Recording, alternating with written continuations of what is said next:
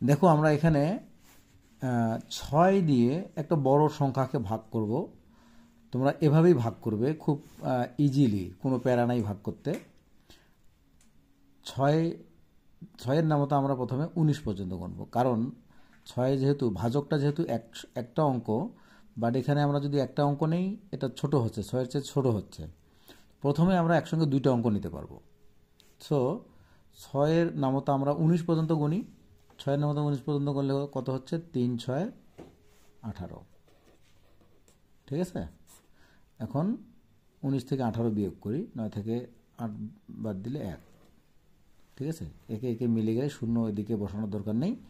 আমরা একটা অঙ্ক নামে নিব 4 নামে নিলাম। এখন 6-এর নামতা 14 পর্যন্ত গুনব।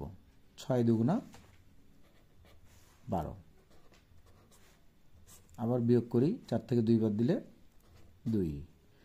এবার আরেকটা অঙ্ক নামাই নিই, 5 25।